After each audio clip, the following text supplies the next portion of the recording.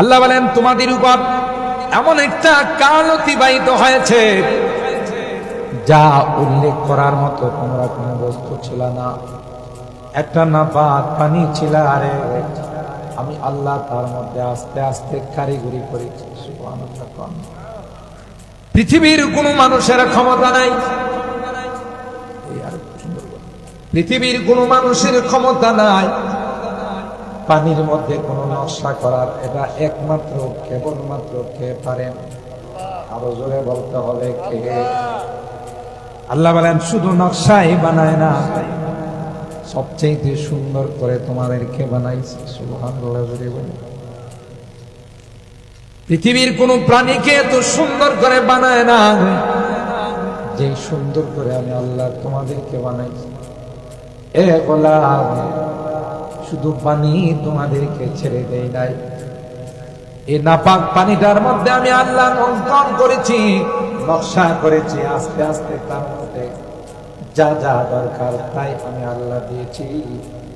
তুমি দুনিয়াতে আসবে, তুমি কি খাবে তাও আমি আল্লাহ আগে ব্যবস্থা করেছি। পৃথিবীতে যাওয়ার পর শক্ত কোনো খাবার তুমি গ্রহণ করতে পারবে না, তাই আমি আল্লাহ তোমার মার বুকে তোমার জন্য খাবার রেখে দিয়েছি। যে মার সন্তান হয় না ওই মার বুকের মধ্যে কিন্তু দুধ জমা হয় না, ঠিক? আল্লাহ বলেন আমার মেহমান আসবে বান্দা, আমার গোলাম তুমি দুনিয়াতে যাবে, তার তোমার মার বুকে তোমার জন্য সবচেয়ে পুষ্টিকর খাবার জমা করে দিয়েছি।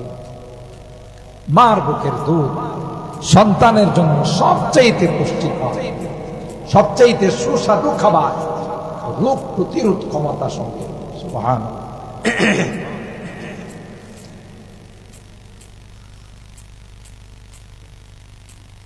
পৃথিবীর সকল ডাক্তাররা একমত যে এর চেয়ে পুষ্টিকর, এর চেয়ে ভিটামিন যুক্ত খাবার পৃথিবীর মধ্যে আর কেউ আজ পর্যন্ত আবিষ্কার করতে পারে না। কে দিছেন? জোরে বলতে হবে। এরপরে আল্লাহ কাল কৃষকরা ধান আবাদ করে, ক্ষেত লাগায়, এর মধ্যে কেউ ইরি দান করে, কেউ বা অন্য মোটা আটাশ। কিন্তু তোমার জন্য আমি আল্লাহ মাঝে মধ্যে কিছু পোলাওর চাউলের ব্যবস্থা করছি, খাসার চাউলের ব্যবস্থা করছেন কে? ছোট্ট করে চিকন করে আমি আল্লাহ তোমার জন্য কিছু চাউল বানাইলাম। তুমি যখন দুধ খাবার বন্ধ করলে, এরপরে তোমাকে খিচুড়ি খাওয়াইতে হবে, মোটা চাউল হলে তুমি খাইতে পারবে না। আমি আল্লাহ চিকন চাউলের ব্যবস্থা করে তোমার সেই ব্যবস্থা করে দিলাম। কে করছে? আল্লাহ। এরপরে আল্লাহ বলেন এ গোলাম, তোমার ভিতরে আমি আল্লাহ এমন সুন্দর মেশিন ফিট করে দিলাম, তুমি যা কিছু খাও, খাওয়ার সাথে সাথে কয়েকদিকে সেটা সাপ্লাই হয়ে যায়। তোমার খাবারটা, কিছু খাবার তোমার ব্লাডের মধ্যে চলে যায়, তোমার রক্তের মধ্যে চলে যায়, কিছু খাবার তোমার গোস্তের মধ্যে যায়, কিছু আবার তোমার বডি জয়েন্টের মধ্যে ক্যালসিয়াম হিসাবে চলে যায়। সুবহানাল্লাহ। আবার কিছু খাবারের কিছু অংশ তোমার পেশাবখানায় যায়, কিছু তোমার পায়খানায় যায়। আল্লাহ বলেন প্রত্যেকটাকে আমি আল্লাহ মেশিনের মাধ্যমে প্রত্যেকের জায়গায় পৌঁছাই দিই। একটা দিন যদি তোমার পেশাব আটকে যায়, একটা দিন যদি তোমার পায়খানা বন্ধ হয়ে যায়, তাহলে তোমার পৃথিবীটা তোমার কাছে অন্ধকার হয়ে যাবে, ঠিক না বেটি? কে করেন? ঠিক মতো এগুলো সাপ্লাই দেন কে? জন্যই তো নবী আমাদেরকে শিখাইছেন, যখন তুমি বাথরুমে যাইবা তখন এই দোয়া পড়ে যাও, আল্লাহুম্মা ইন্নী আউযু বিকা মিনাল খুবুথি ওয়াল খাবাইথ। বাথরুমে গেলে আল্লাহ আমার লজ্জাস্থান খোলা থাকবে। ইবলিস এসে আমার সঙ্গে ধোঁকা দিতে পারে, ইবলিস এসে আমার লজ্জাস্থান নিয়ে খেলাধুলা করতে পারে। আল্লাহ, তাই ইবলিসের হাত থেকে তোমার কাছে পানা চাই। হাদিসের মধ্যে আছে ইন্নাশ শাইতানা ইয়ালআবু বিমাকাইদি বানি আদম, আদম সন্তানের লজ্জাস্থান নিয়ে ইবলিস খেলাধুলা করে। নাউযুবিল্লাহ বলেন। ইবলিস আছে না নাই, নাকি ঘুমাই গেছে? না না, ইবলিস আপনারা যে এখনো অনেকে বসে আছে, অনেকে কথা ইবলিস বলছে বলবি আসবে না, রাত হয়ে গেছে চলে যাও।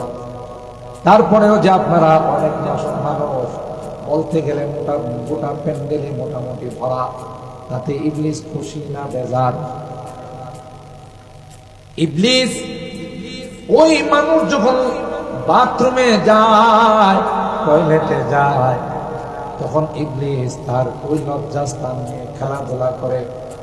ও ভাই, আল্লাহ পাকের হাবিব বলেন, তুমি ওখানে যাওয়ার সময় যদি এই দোয়া পড়ে বাথরুমে তুমি ঘুরতে পারো, সাথে সাথে আল্লাহ তাআলা ইবলিসের চোখের মধ্যে পর্দা ফালাই দেয়। এই দোয়াগুলো কত দাম, আমরা তো গুরুত্ব দিই না। দরকার এসে কাপড় আলগি দিয়ে চলে গেছে, আবার জরুরত শেষ আইসা বের হয়ে গেছে, কোন দোয়া টোয়া কিছু করে। তো সেগুলোর মধ্যে যে কত দামি জিনিস আল্লাহ নবী শিখাইছে। আল্লাহর হাবিব বলেন, তুমি বাথরুম থেকে বের হয়ে গেছ, সাথে সাথে তুমি দোয়া পড়ো, গুফরানাকাল হামদুলিল্লাহ ইল্লাযী আযহাবা আন্নিল আযা ওয়া আফানি।